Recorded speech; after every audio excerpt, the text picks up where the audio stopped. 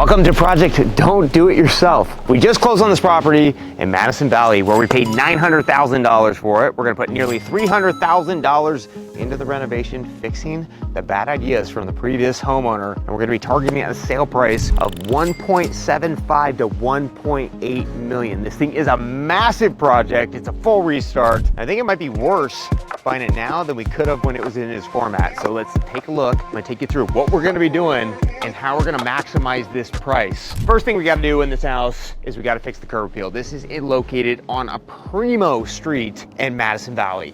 We have great neighbors, wide streets, sidewalks, big houses, where you wanna be. So we gotta make it pop out from the street. So we're gonna be rebuilding this whole front porch with all new Craftsman railings all the way down, new posts, and we're gonna be re-siding this entire property to give it a new construction feel to get that high premium price. If we do it right, we might even get some extra creep in our pricing to where we might hit over 1.8 million. We have to fix the schematic on the property. So as we're walking these things, it's not just about what happens on the inside, how do we get the outside looking right? And a lot of times it's the balance of the windows. We're gonna be adding in a nice window here to balance out with the fronts and to make it a much more inviting entrance. So now take a look at this and we're gonna see all the reasons why you should not do this yourself when you're renovating a house, especially of this size. So this is a 1920s, nearly 2,850 square foot property that looks like a bomb went off inside. As you can see, the homeowner, they've been working on this for a few years, trying to do it themselves. They demoed out a lot of this plaster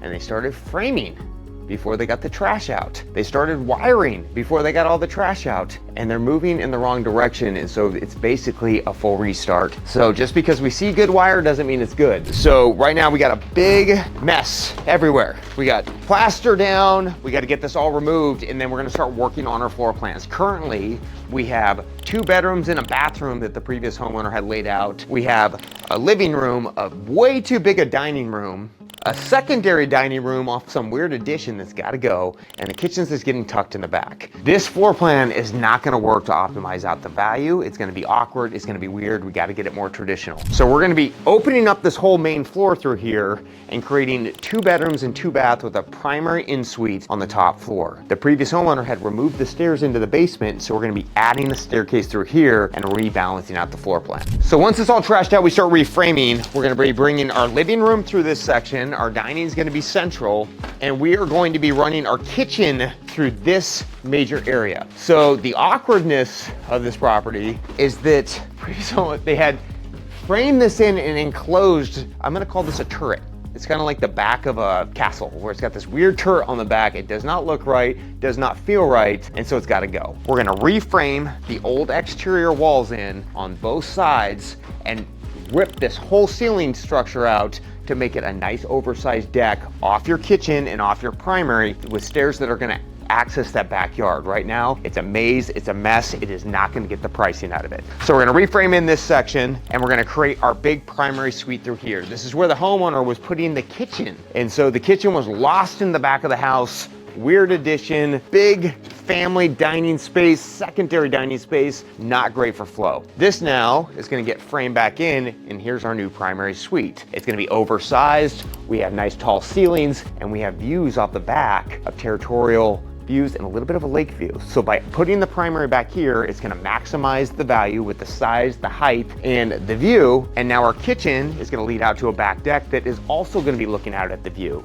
And so we have to unwind all the framing that this owner had done. He spent a lot of money on wood, plumbing, and framing and drywall downstairs. I'm gonna show you, and it's all gotta go. So big project, the full layout. So from here, we're gonna have our architect come out, do our as-builts, and we're gonna start working on the permitting process as we get this cleaned up. Now, in this space, one of the issues that we have right now, besides what you can see, is our main hallways coming through here. We have to get access to our primary. It's gonna come through this section. We're gonna turn this into a giant walk-in closet and primary bath. And one of the major issues is we have no access to our basement, which is not gonna be good for selling to a family once we're all finished. There's kind of two approaches to this. We could split it into an illegal duplex and sell it that way, but our target buyer is a smaller family that lives in prime Seattle, and they want a cohesive floor plan with stairs and access down. So we got to add the access back in. It adds more value to the property. If we were to keep this as a duplex style property with two different entrances, two different kitchens, it would actually be worth $200,000 less. So always look at the comps and look at the plan and put the right plan to it. Homeowner who's spending all this money the wrong way and doing the wrong plan. His property would have been worth less. So now we're gonna fix it, make it more of a traditional floor plan, and get us access into the basement. So up here, open kitchen, dining, living, our new hallway space, primary bedroom. We're gonna drop in a staircase through here, there'll access to the basement, and we'll have a bedroom and a bathroom down in this section. So come follow me, let's go check out this basement. Lots of work to do.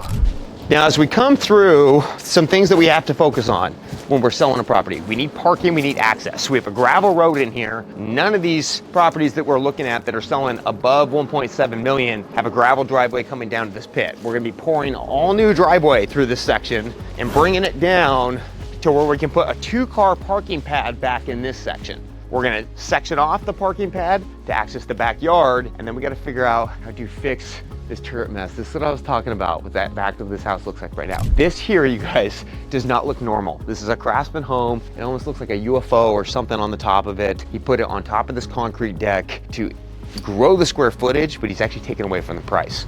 So this is gonna be completely demoed off, and it's gonna be a nice deck, and the stairs are gonna drop down off the backside, which is gonna allow us to reclaim this entire yard for our backyard. So now let's see what's going on in the inside. This is one of the weirdest things I've seen in a while. He spent money on a big door, didn't he?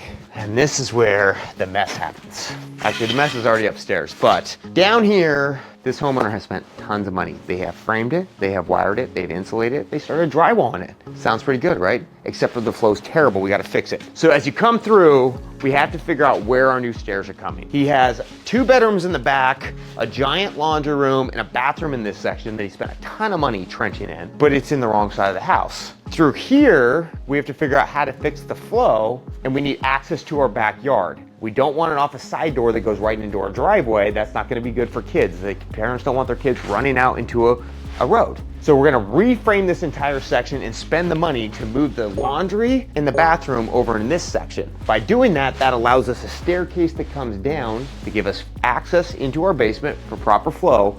And we're gonna open up this whole section for a bonus space in the back through here. So now you come down your stairs, we have a giant bonus space here. Our mechanicals will be in this section of the house, a little bit of a wet bar. We're gonna open this up and we're gonna have a second office back here. So when we're done with this renovation, it's gonna be a full studs down. We're taking all the siding off, we're replacing the windows, we're doing the roof, and we're reframing this property to a 4-bedroom, 3-bath with an office, more traditional layout. Now, the homeowner spent a lot of money. It got burnt, we're gonna rip it out and redo it. It's all about checking the comps, checking the flow, and making sure you're putting the right plan together. Again, we could have spent probably $100,000 less on this property by keeping with this plan, but it would have sold for $200,000 to $300,000 less. So just because the money's been spent doesn't mean it's spent the right way. We're gonna redo it and relay it out. So stay tuned, you guys, this is a big one. We're getting our plans, we're getting our permits going. We'll give you a walkthrough of what our finalized layout is. It is a weird one, we gotta perfect it. And you can see how we're gonna take this weird, don't do it yourself, and turn it into a beautiful craftsman home in the Madison Valley area of Seattle.